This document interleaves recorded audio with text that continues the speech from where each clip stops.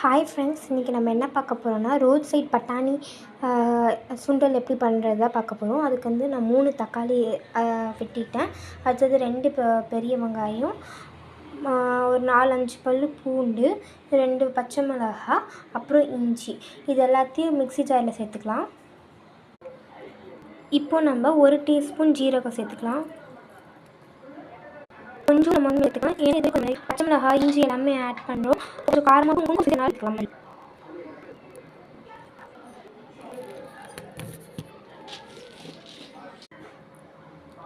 மல்லி 2 ஸ்பூன் சேர்த்துக்கலாம்.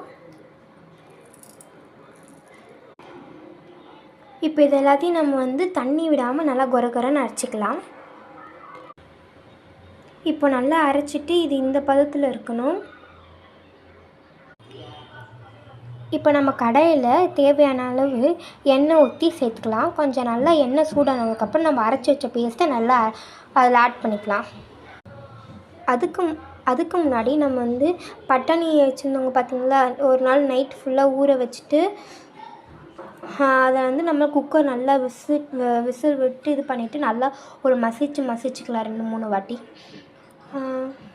இதில் இப்போது கரம் மசாலாவும் மிளகாத்தூளும் போட்டு ஒரு கிளறிக்கலாம். கொதிச்சு வர வரைக்கும் இப்போ நம்ம வந்து மூடி போட்டு நல்லா மூடிக்கலாம்.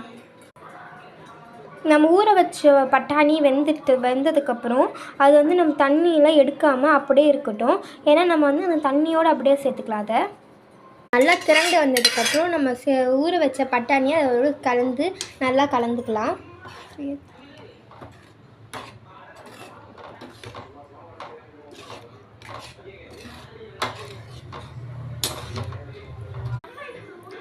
டூ மினிட்ஸ் வந்து நம்ம பட்டாணி ஆட் பண்ணதுக்கப்புறமும் மூடி வச்சுக்கலாம். அப்போ தான் நம்ம கொஞ்சம் அந்த திக்கான கன்சிஸ்டன்சி வந்துடும். 2 மினிட்ஸ் கொதிச்சதுக்கப்புறம் நம்மளோட சுண்டல் ரெடி. இதோடு நம்ம வந்து கொஞ்சோண்டு வெங்காயம் ஆட் பண்ணி சாப்பிட்டா இன்னும் டேஸ்ட்டாக இருக்கும். அதுதான் கைஸ், சுண்டல் ரெடி.